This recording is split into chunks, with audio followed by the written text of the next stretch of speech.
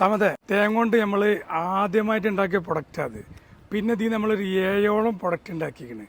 അതിൻ്റെ ഒരു കഥ പറയാം. നമ്മുടെ മൂസാക്കാന്റെ ആൽമിൻ സ്നാക്സ് മിഠായി കമ്പനിയിലാണ് ഇന്ന് നമ്മൾ എത്തിയിട്ടുള്ളത്. ഇവിടുത്തെ കാഴ്ചകളും വിശേഷങ്ങളാണ് നമ്മൾ നിങ്ങളുമായിട്ട് ഷെയർ ചെയ്യാൻ വന്നത്. എന്തിനാണ് ഇവിടെ ഇത്രയും തോനെ തേങ്ങ കളക്ട് ചെയ്ത് വെച്ചിരിക്കുന്നത്? തേങ്ങയാണ് നമ്മളെ മെയിൻ സാധനം. ഈ തേങ്ങ നമ്മൾ കർഷകരിന് നേരിട്ട് എടുക്കുകയാണ്. പിന്നെ ബാക്കിയുള്ള പ്രോസസ്സിംഗ് ഞാൻ ഉള്ളിൽ വരെ ഞാൻ കാണിച്ചു തരാം. ഫസ്റ്റ് പ്രോസസ്സിംഗ് ഇവിടെ നിന്നാണ് വരുന്നത്. ഡീസലിംഗ് ചെയ്യാണ്.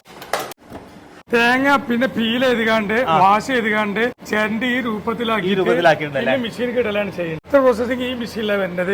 ശർക്കര ആദ്യം നമ്മൾ ഇട്ട് കുറച്ച് സമയം ചൂടാക്കിയാണ്ട് പാവാക്കും. ശർക്കര പാവായതിനു ശേഷം തേങ്ങ ഇട്ട് 2 മണിക്കൂറോളം മെഷീനിൽ മിക്സ് ചെയ്ത് ഒരു വേവ് പരുവത്തിലാക്കിയിട്ടാണ് നമ്മൾ ഇറക്കല്. ഈ കാണുന്ന ഫൈനൽ പ്രൊഡക്റ്റ് മിഠായി ആയിട്ട് ഇവിടെ ഉണ്ടായിക്കൊണ്ടിരിക്കുന്നത്. ഇതിൽ എന്തൊക്കെയാണ് ഇട്ടുള്ളത് ഈ ഒരു പ്രൊഡക്റ്റിൽ? ഇത് തേങ്ങന്റെ കൂടെ എള്ളിട്ട് കാണുന്ന പ്രൊഡക്റ്റ് ആണ്. പിന്നെ ഇതിന്റെ കൂടെ തേങ്ങ റൈസ് ക്രിസ്പി, അതായത് ചോക്ലേറ്റിലൊക്കെ ഇടുന്ന ഇതിലെ എള്ളുണ്ടോ, അതാണ് ഈ ഒരു ഫൈനൽ പ്രൊഡക്റ്റ്. അതിന്റെ ഫൈനൽ പ്രൊഡക്റ്റ് ആണ്. ഇപ്പോൾ 7ഓളം പ്രൊഡക്റ്റ് നമുക്ക് ലാസ്റ്റ് പോയിട്ട് എന്ത് എത്ര പ്രൊഡക്റ്റ് ഉണ്ടെന്നുള്ളതൊക്കെ കാണാം. മിഠായിയുടെ കറക്റ്റ് അളവില് പീസ് ആക്കുന്നുണ്ട്. പിന്നീട് അത് ഇതിന്റെ അടിയിൽ വെച്ചിട്ട് ഇങ്ങനെ റൗണ്ട് ചെയ്യാം.